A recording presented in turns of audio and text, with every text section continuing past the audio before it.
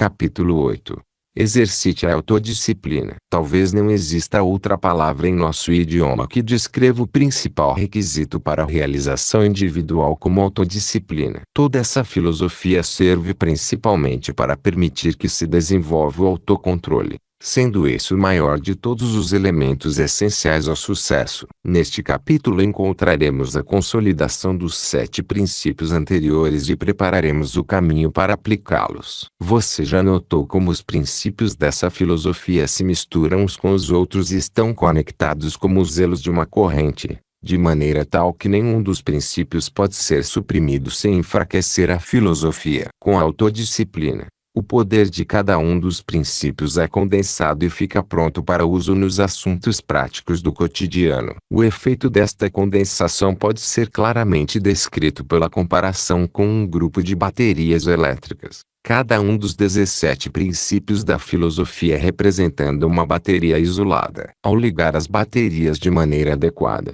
tem-se disponível a soma total do poder de cada bateria. A autodisciplina é a bateria mestre, pela qual o poder de todos os 17 princípios pode ser aplicado. É necessário que o aluno dessa filosofia entenda o pleno significado da relação entre a autodisciplina e os outros princípios da filosofia a fim de que possa valer-se de toda a energia disponibilizada pelos 17 princípios, pois a autodisciplina representa o gargalo por onde o poder deve passar. Andrew Carnegie fez um grande esforço para enfatizar a necessidade da autodisciplina, pois aprendeu por experiência própria, ao lidar com milhares de homens, que ninguém pode esperar alcançar sucesso notável sem adquirir controle sobre si mesmo. Ele aprendeu, a partir da própria experiência e da observação de outras pessoas, que, quando um homem finalmente toma posse da própria mente e começa a confiar nela, alcança uma vitória da mais alta ordem, que o coloca muito perto de tudo aquilo em que focar a mente e o coração. Autodisciplina, portanto, pode ser definida como o ato de tomar posse da própria mente. Autodisciplina é algo que não se consegue adquirir como se aprende a tabuada, mas pela persistência, seguindo o procedimento descrito neste capítulo. O preço da autodisciplina, portanto, e a eterna vigilância e o esforço contínuo em seguir estas instruções. Ela não pode ser adquirida de nenhuma outra maneira, e não existe preço promocional. Ou se obtém a autodisciplina por esforço próprio ou não se consegue. Sem autodisciplina um indivíduo pode ser comparado a uma folha seca soprada de lá para cá pelos ventos dispersos da circunstância, sem a menor chance de chegar a qualquer situação que se assemelhe sequer remotamente ao sucesso pessoal. Os homens que tomam posse da própria mente e a utilizam, podem definir seu valor e fazer a vida pagar o que querem. Aqueles que falham nisso devem aceitar o que a vida lhes trouxer,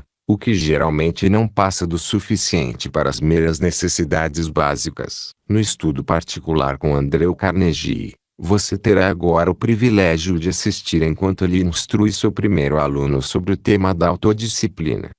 Você designou a autodisciplina como o 8º princípio da realização individual. Poderia começar descrevendo o papel que a autodisciplina desempenha na realização pessoal e indicar como esse princípio pode ser desenvolvido e aplicado nos assuntos práticos do cotidiano. Vamos começar chamando a atenção para alguns usos da autodisciplina. Depois disso, vamos discutir os métodos pelos quais qualquer um que esteja disposto a pagar o preço pode apropriar-se deste importante princípio. A autodisciplina começa com o domínio dos pensamentos. Sem controle sobre os pensamentos, não pode haver controle sobre as ações. Digamos, portanto, que a autodisciplina inspira a pensar primeiro e agir depois. O procedimento usual é justamente o contrário. A maioria das pessoas age antes e pensa depois. Se quando pensa, a autodisciplina proporciona um controle completo sobre as 14 grandes emoções, permitindo eliminar ou subjugar as 7 emoções negativas e exercitar as 7 positivas da maneira desejada. O efeito desse controle torna-se óbvio quando percebe-se que as emoções governam a vida da maioria das pessoas e o mundo em larga medida. Embora tenhamos descrito as 14 emoções principais em uma entrevista anterior, somos obrigados a mencioná-las novamente, pois a autodisciplina deve começar com o domínio completo dessas emoções. As 7 emoções positivas. 1. Amor. 2. Sexo. 3. Esperança. 4. Fé. 5. Entusiasmo. 6. Lealdade. 7. Desejo. As 7 emoções negativas. 1. Medo. Ver os 7 medos básicos. 2. Ciúme. 3. Ódio prolongado. 4. Vingança. 5. Ganância. 6. Raiva temporária. 7. Superstição. Todas essas emoções são estados mentais sujeitos a controle e direção. As 7 emoções negativas obviamente são mortais se não forem dominadas. As emoções positivas podem ser tão destrutivas quanto as negativas se não forem organizadas, dominadas e guiadas sob completo controle. Nessas 14 emoções está a dinamite mental que pode elevá-lo a grandes alturas de realização ou enterrá-lo nas profundezas do fracasso. E nenhuma quantidade de educação, experiência, inteligência ou boas intenções pode alterar ou modificar essa possibilidade. Parece óbvio que a falta de controle das 7 emoções negativas pode levar à derrota certa. Mas não está claro como se pode utilizar as 7 emoções positivas para a consecução dos fins desejados. Vou mostrar exatamente como as emoções positivas podem ser transformadas em uma força motriz que pode ser utilizada na obtenção de qualquer objetivo. Posso fazer isso mais satisfatoriamente descrevendo como um homem fez uso efetivo das emoções. Esse homem é Charles Schwab. E a minha análise de seu uso das emoções é baseada na estreita relação que tivemos durante muitos anos. Pouco depois de começar a trabalhar comigo, ele convenceu sua mente de que se tornaria parte indispensável da minha família empresarial, orientando assim a emoção do desejo para um fim definido. Para a realização do desejo, ele aplicou todos os princípios da realização mencionados anteriormente, ou seja, A. Definição de objetivo. B. Mustermann. C. Personalidade atraente. D. Fé aplicada. E. Ir além. F. Esforço organizado. G. Visão criativa. H. Autodisciplina. Com autodisciplina, Charles Schwab organizou os outros 7 princípios e os manteve sob controle. Por trás desse autocontrole, colocou todo o seu sentimento e o expressou por meio da lealdade aos associados, do entusiasmo pelo trabalho, da esperança de realização bem-sucedida no trabalho e da fé em sua capacidade de realização. Por trás de todas essas emoções, ele foi impulsionado pelo amor pela esposa, a quem buscava agradar com suas realizações. Os 2 motivos que o inspiraram a organizar e utilizar as emoções para a realização de um objetivo definido foram o amor e o desejo de ganhos financeiros. Ambos estão no topo da lista dos 9 motivos básicos. É claro que Schwab fez uso de todos os outros princípios da realização individual que ainda não foram mencionados antes de finalmente alcançar seu objetivo e continuou usando todos depois de alcançá-lo. Mas os 8 princípios já mencionados foram os que ele utilizou em um primeiro momento. Acho que entendo o que você quer dizer. Poderia conferir se estou correto enquanto descrevo minha compreensão da ascensão de Schwab? Primeiro, ele decidiu o que queria, colocando em uso assim o princípio da definição de objetivo. Adotou um plano para conseguir o que queria e, a julgar pelo que você disse, começou a seguir o plano indo além e fazendo uso do esforço organizado. Ao trabalhar em harmonia com você e seus outros colegas, fez uso do Mastermind. Pela adoção de um objetivo tão elevado, ele demonstrou ter compreendido e utilizado a visão criativa e demonstrou também a compreensão e utilização da fé aplicada. Pela forma atraente e harmoniosa como se relacionou com você e seus outros associados, ele indicou a compreensão e uso do princípio da personalidade atraente. Pela forma inteligente como utilizou todos esses princípios e permaneceu persistentemente fiel a seu compromisso até alcançá-lo, ele demonstrou compreensão e uso da autodisciplina, com a qual subordinou todos seus desejos para o único objetivo de se tornar parte indispensável de sua organização. Por trás de todo esse esforço estavam 2 motivos: o amor pela esposa e o desejo de ganhos financeiros, pelos quais ele aproveitou todas as emoções positivas para a realização de um objetivo definido. Então, isso resume o caso. Esse foi o procedimento seguido, e você vai notar que as chances de sucesso seriam menores se ele tivesse deixado de usar qualquer um dos princípios mencionados. Foi pela aplicação cuidadosamente planejada de todos esses princípios que ele alcançou o sucesso. A aplicação exigiu autodisciplina da mais alta ordem. Se ele tivesse desperdiçado parte do poder emocional em qualquer outra direção, os resultados poderiam ter sido diferentes. O que me faz lembrar da experiência de outro homem que procurou alcançar a mesma posição de Charlie Schwab na minha organização. Esse homem tinha tudo o que Charlie tinha em se tratando de aptidões. Além disso, tinha uma educação muito melhor, com graduação em Química Industrial por uma das melhores faculdades. Ele fez uso de cada um dos princípios mencionados tão eficazmente quanto o Charlie, com a única exceção de que o motivo que o inspirou foi o desejo de ganhos financeiros, não como meio de expressar amor pela esposa, mas para alimentar a própria vaidade. Ele tinha amor pelo poder, não como expressão de orgulho por sua realização, mas como meio de impor sua autoridade sobre outras pessoas. Apesar dessa fraqueza, subiu constantemente até tornar-se membro oficial do meu grupo de Mastermind. Então levou um tombo que despedaçou suas esperanças de oportunidades por causa da arrogância e vaidade. Ele perdeu o cargo para que pudéssemos manter a harmonia em nosso grupo de Mastermind e por fim acabou na base da escada, exatamente onde havia começado. O rebaixamento feriu sua vaidade, e ele nunca se recuperou. Qual foi a maior fraqueza desse homem? Posso responder com 3 palavras: falta de autodisciplina. Se tivesse dominado seus sentimentos, poderia ter sucesso com muito menos esforço do que Charlie Schwab, pois tinha mais educação e possuía todos os outros atributos de Schwab. Ele fracassou em controlar e dirigir suas emoções positivas. Quando se viu escorregando, começou a dar lugar a muitas emoções negativas, particularmente inveja, medo e ódio. Ficou com inveja dos bem-sucedidos, odiou-os porque o haviam superado e temia a todos, especialmente a si mesmo. Nenhum homem é forte o suficiente para ser bem-sucedido com tamanha variedade de inimigos trabalhando contra ele. A partir do que você disse, concluo que o poder pessoal deve ser usado com critério ou pode tornar-se uma maldição em vez de uma bênção.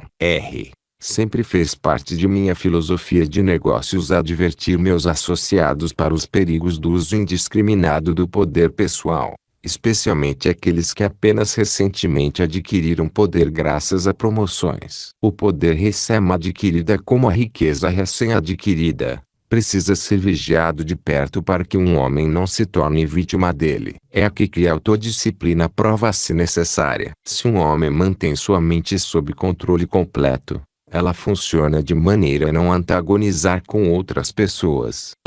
Se entendi bem, a autodisciplina exige um domínio completo das 7 emoções negativas e uma orientação controlada das 7 emoções positivas. Em outras palavras, um homem deve estar com o pé no pescoço das 7 emoções negativas, enquanto organiza e dirige as 7 emoções positivas para um objetivo definido. Essa é a ideia. Sim. Mas a autodisciplina exige domínio dos traços de caráter além das emoções. Exige um planejamento rigoroso do uso do tempo e domínio do traço inato da procrastinação. Se um homem almeja um alto cargo na vida, não tem tempo para perder em outras atividades não essenciais além daquelas necessárias para sua recreação. Você pode nomear os traços de caráter que na maioria das vezes obstruem o caminho da autodisciplina. A lista é bastante longa e será abordada em detalhes na futura conversa sobre aprender com a derrota. No entanto, vamos assumir por enquanto que os principais inimigos da autodisciplina são as 7 emoções negativas. São estes os obstáculos aos quais um homem deve prestar atenção primeiro, se quiser ter certeza do sucesso. A autodisciplina começa com a formação de hábitos construtivos, especialmente os hábitos relacionados à comida, bebida, sexo e uso do chamado tempo livre. De modo geral, quando um homem mantém esses hábitos sob controle, eles ajudam a regular todos os outros hábitos, E você vai perceber que o domínio dos 8 princípios já mencionados dessa filosofia fornece tudo o que é preciso para mudar os hábitos de modo que atuem de forma construtiva. Considere, por exemplo, o que a definição de objetivo faz para se estabelecer hábitos. Quando se começa a aplicar o princípio de ir além, faz-se um grande avanço no estabelecimento de hábitos construtivos, pois, fazendo mais do que ser pago para fazer, o planejamento do tempo torna-se necessário para se obter maior vantagem. Considere então o que acontece quando um homem fica obcecado por um forte motivo que ele começa a expressar pelo esforço organizado em conjunto com a visão criativa. Até adquirir o controle desses princípios, ele já terá percorrido uma longa distância na adoção de hábitos que, por si, constituem o melhor tipo de autodisciplina. Você entende como isso funciona? Sim, entendo. E posso ver também que tudo que um homem faz gira em torno do principal motivo por trás do objetivo principal definido. O motivo é realmente o ponto de partida de toda a realização, não é? Sim, mas você deve cuidar para dizer que a motivação deve ser obsessiva. Ou seja, deve ser tão forte que impulsione um homem a subordinar todos os pensamentos e esforços para sua realização. Muitas vezes as pessoas ficam confusas entre um motivo e uma mera vontade. Ter vontade não traz sucesso. Se trouxesse, todo mundo seria bem-sucedido, pois todas as pessoas têm vontades. Elas querem tudo, da terra até a lua. Mas ter vontades e sonhar acordado não levam a nada até serem atiçadas a uma chama ardente de desejo baseado em um motivo definido. E isso deve tornar-se influência dominante na mente. Deve adquirir proporções obsessivas suficientes para provocar ação. Até mesmo um motivo sem esforço organizado por trás dele não trará benefício. Por isso repito a sugestão que já fiz. Deve-se copiar os 9 motivos básicos e colocá-los em lugar de destaque, onde possam ser vistos diariamente. Esses motivos, que atuam como uma força motriz por trás do objetivo principal, devem ser ressaltados e enfatizados para não serem negligenciados. Devem ser incluídos também na descrição por escrito do objetivo principal definido, como sugerido em uma entrevista anterior. Um objetivo definido sem um motivo obsessivo por trás dele é tão inútil quanto uma locomotiva sem vapor na caldeira. O motivo é a coisa que dá poder, ação e persistência aos planos. Isso me lembra de perguntar: qual é a sua motivação em gastar todo esse tempo treinando-me para organizar a filosofia da realização pessoal? Você tem mais riquezas materiais do que precisa e é reconhecido como um líder industrial mundial. Sua vida é um sucesso extraordinário. E a meu ver não há nada que você possa desejar que ainda não possua. É aí que você se engana. Não tenho tudo o que quero. É verdade que tenho mais riqueza material do que preciso, como demonstra o fato de estar doando meu dinheiro tão rapidamente quanto posso com segurança. Mas há algo que quero mais do que tudo e que se tornou um desejo obsessivo: presentear o povo americano com uma filosofia segura e confiável pela qual as pessoas possam adquirir riquezas da ordem mais elevada. Riquezas que permitam que se relacionem umas com as outras de modo a encontrar a paz, felicidade e alegria nas responsabilidades da vida. Meu desejo obsessivo nasceu de minha experiência com as pessoas, que me fez perceber a grande necessidade de tal filosofia. Quando encontro um homem que está tentando promover-se sem prejudicar os outros, ele é a exceção e não a regra. Vejo pessoas por todos os lados tentando imprudentemente obter alguma coisa a troco de nada, embora eu saiba muito bem que tudo o que vão conseguir é tristeza e decepção. Minha motivação em ajudar a organizar uma filosofia confiável de realização individual é a mesma que leva alguns homens a erguer grandes monumentos de pedra para marcar o local onde seus restos mortais serão enterrados. Monumentos de pedra desintegram-se com o tempo e voltam ao pó. Mas há um tipo de monumento que pode ser eterno e durar tanto quanto a civilização. É o monumento que um homem pode construir no coração de seus semelhantes por algum tipo de serviço construtivo que beneficie a humanidade como um todo. É um monumento como esse que espero construir com sua cooperação. E posso sugerir que, me ajudando a construí-lo, ele será também o seu monumento. Entendo sua colocação. Era essa sua motivação no início da carreira?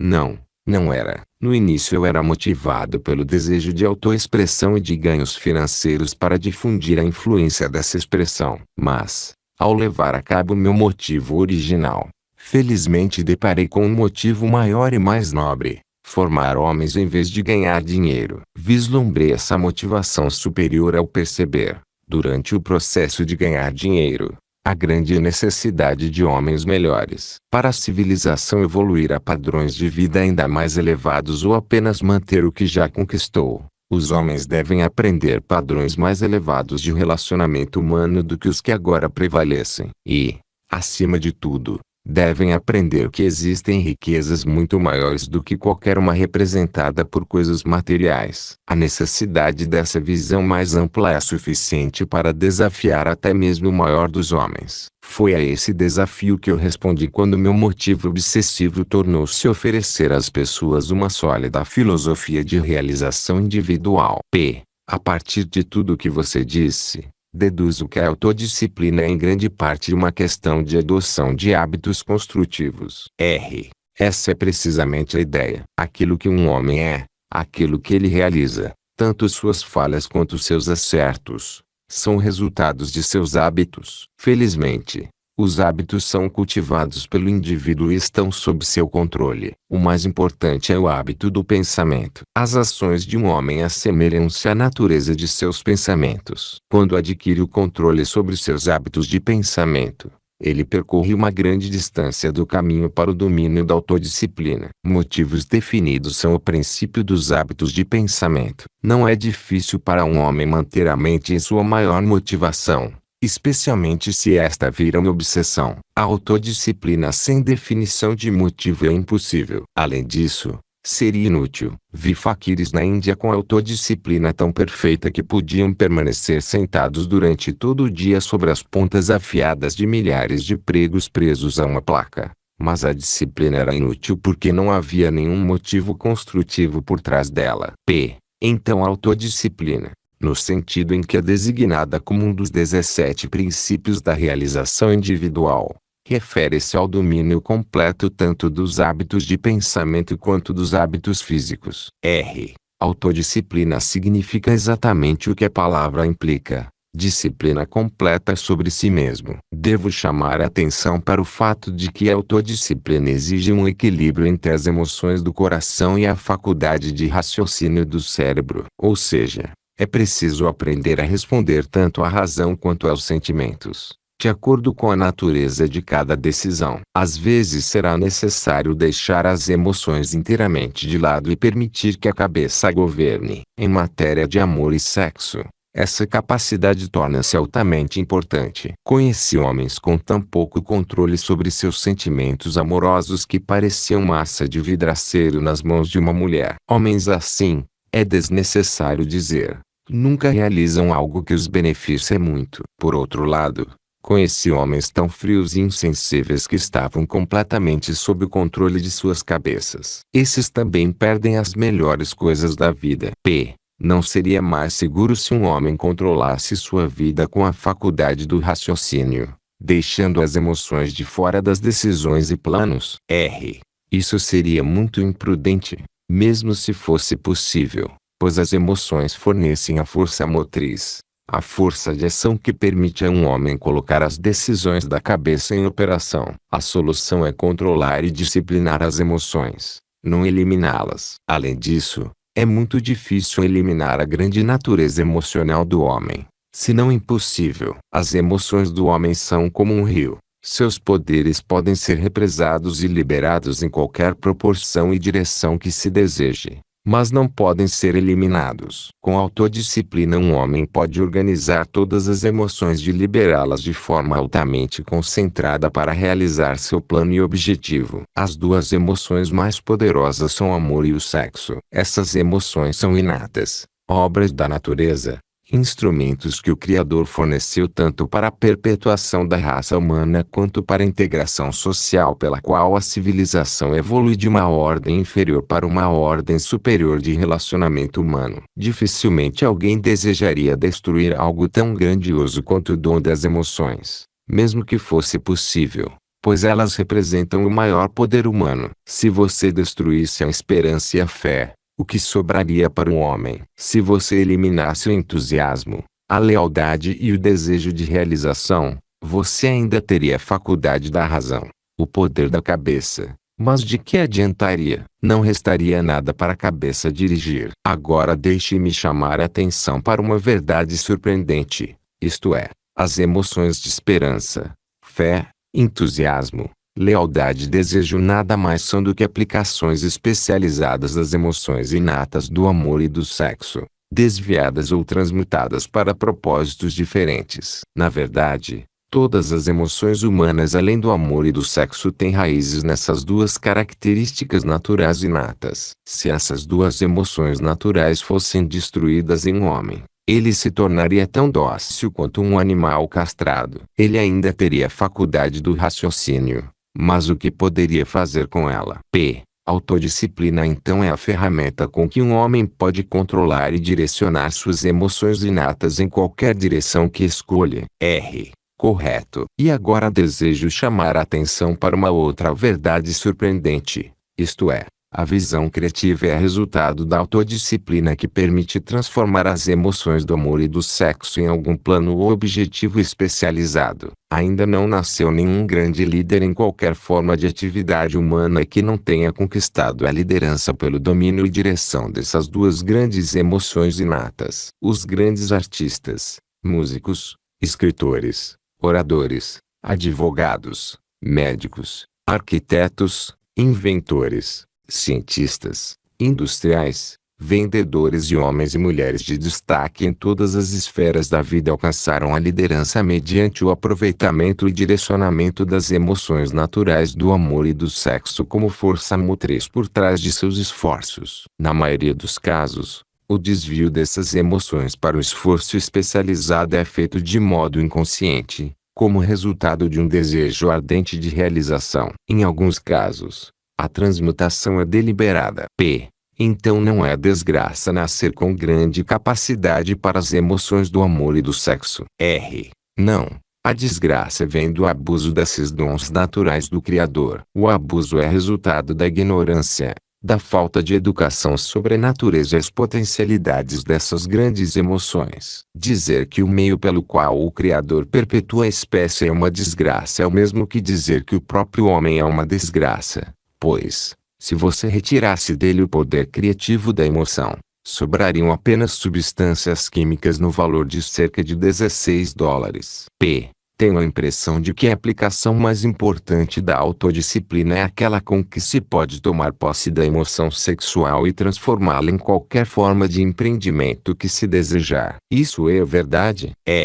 Sim. E posso acrescentar que, quando um homem consegue disciplinar a emoção sexual, ele percebe que é fácil disciplinar-se em todos os outros sentidos, pois a emoção sexual reflete-se, consciente ou inconscientemente, em praticamente tudo que um homem faz. O fracasso em controlar as emoções do amor e do sexo em geral significa a incapacidade de controlar outros traços. Pegue o caso de Charles Dickens, por exemplo. Ele teve uma grande decepção amorosa quando jovem. Em vez de permitir que o sentimento não correspondido destruísse, transmutou aquela grande força motriz em um romance chamado Davi Copperfield, que lhe rendeu fama e fortuna e o levou à criação de outras obras literárias que fizeram dele um mestre nesse campo. Abraham Lincoln era um advogado medíocre que fracassara miseravelmente em tudo que havia empreendido até os poços profundos de sua emoção serem escancarados pelo grande pesar em função da morte de Anne Rutledge,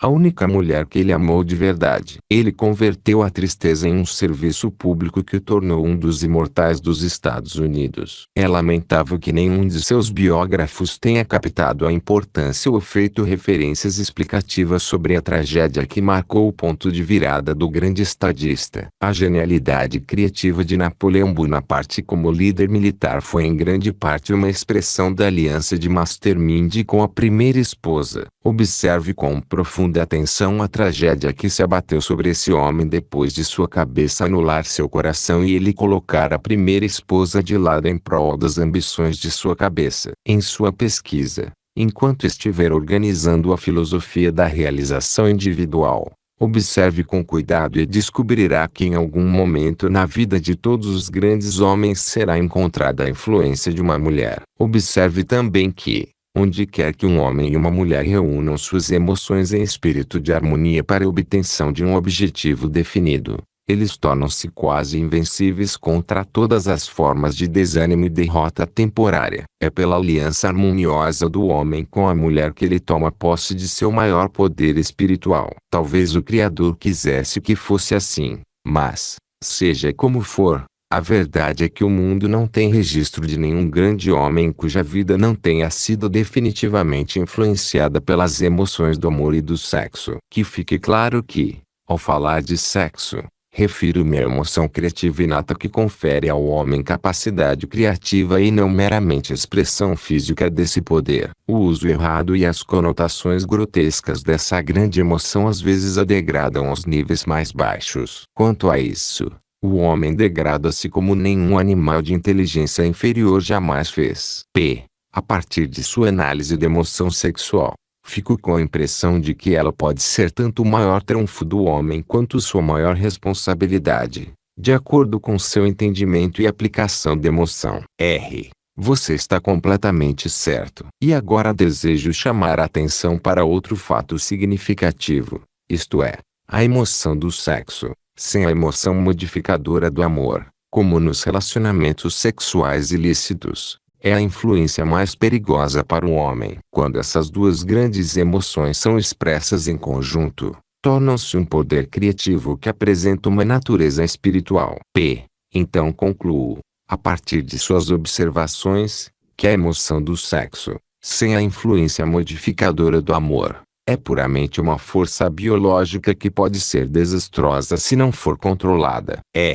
Você captou a ideia. Mas deixe-me dizer algo sobre o método com o qual essa emoção deve ser controlada. A válvula de segurança consiste na transmutação desse grande poder impulsionador, para que seja convertido e aplicado no objetivo principal definido. Quando usado dessa forma, torna-se um recurso de valor inestimável, mesmo sem a influência modificadora da emoção do amor. Não há de se negar alguma forma de expressão à emoção do sexo. Como já disse, ela se assemelha a um rio, na medida em que sua energia pode ser represada e desviada para qualquer forma de ação que se deseje, mas não é possível impedir sua expressão sem grandes danos. Assim como a água represada de um rio, se ela não for liberada em condições controladas, irá liberar-se de maneira destrutiva pela força de seu poder inerente. Esse é um fato bem conhecido por todos os médicos e psiquiatras. As emoções descontroladas do amor e do sexo são responsáveis pela maioria dos transtornos mentais e por muitas formas de insanidade. Então, veja que a autodisciplina, que guia essas forças para os canais seguros do esforço humano, é a única solução sensata para o problema que elas apresentam.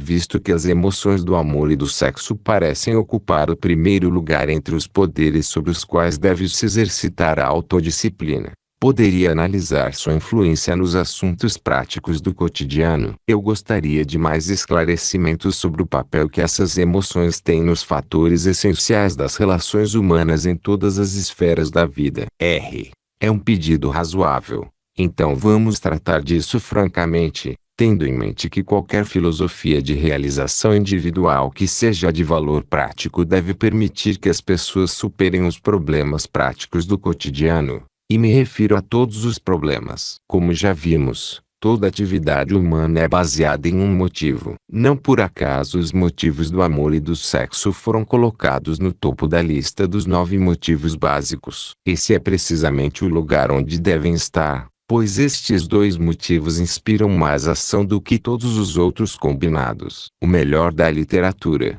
poesia, arte, teatro e música tem raízes no motivo do amor. Nas obras de Shakespeare você vai observar que tanto as tragédias quanto as comédias são altamente coloridas com os motivos do amor e do sexo. Retire esses motivos das peças de Shakespeare e não restaria nada além de diálogos banais, em nada melhores do que os de um dramaturgo comum. Veja, portanto, que essas emoções criativas podem servir ao objetivo mais elevado na literatura. O orador talentoso em qualquer campo de atuação dá cor e força magnética às palavras, transmutando as emoções do amor e do sexo em entusiasmo, e assim transmite sentimentos pela palavra falada. Já ouvi discursos que eram obras-primas no tema e no uso perfeito das palavras, mas não conseguiram transmitir sentimento porque o orador organizou seus pensamentos na cabeça e não no coração. Ele não colocou nenhum sentimento nas palavras porque lhe faltava capacidade emocional ou desconhecia seu uso. Nenhum autor escreve uma linha sequer sem transmitir ao leitor o estado exato de sua mente, quer escreva com a cabeça ou no coração.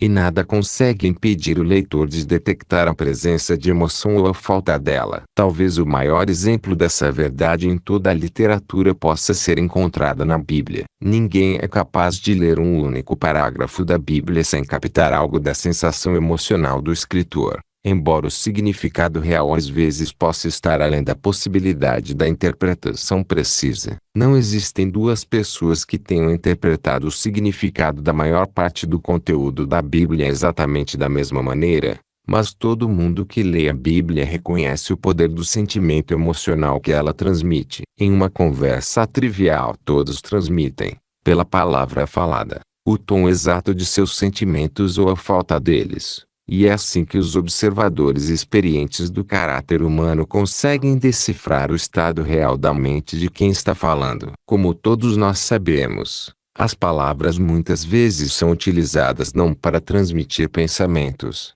mas para escondê-los. Portanto, o analista experiente do caráter humano avalia as pessoas não pelas palavras, mas pelo sentimento ou a falta dele, que inconscientemente se transmite com as palavras. É por esse método que a chamada intuição feminina pode distinguir o real do falso nas palavras de afeto de um homem. Quando um homem fala com o coração em vez de com a cabeça, suas palavras carregam uma conotação que nenhuma mulher experiente interpretará errado, mas ela confia no sentimento transmitido pelas palavras e não nas palavras. Em vista dessas verdades bem estabelecidas, considere o quanto é importante compreender e utilizar deliberadamente o poder da emoção na fala e na escrita, pois é verdade que nenhum homem jamais fala uma palavra ou escreve uma linha sem revelar seus sentimentos ou a falta deles, consciente ou inconscientemente, não importa o que a construção das palavras pretenda transmitir.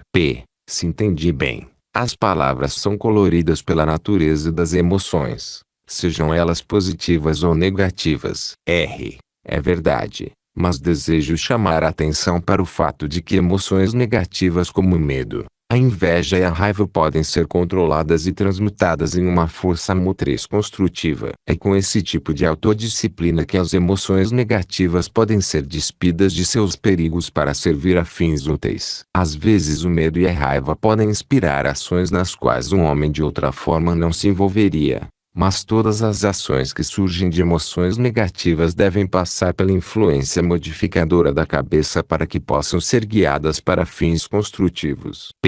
Deve-se submeter tanto as emoções negativas quanto as positivas à influência modificadora da faculdade do raciocínio, ou a cabeça, como você falou, antes de se expressar as emoções em ação.